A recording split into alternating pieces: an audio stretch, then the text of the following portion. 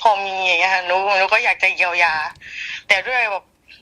ภาระทั้งมันทั้งหนี้สินครอบครัวหนูก็หนักเพราะหนูก็เป็นเสาหลักต้องดูแลตายายแล้วก็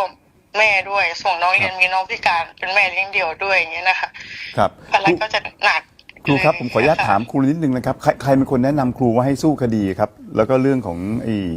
การเจรจาไกล่เกลี่ยต่างๆนานาใครไปแนะนำฮะ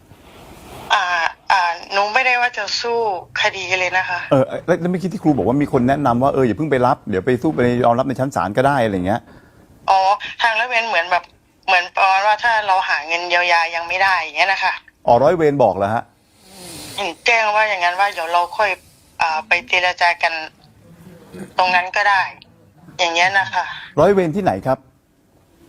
ที่สพคูเมืองค่ะ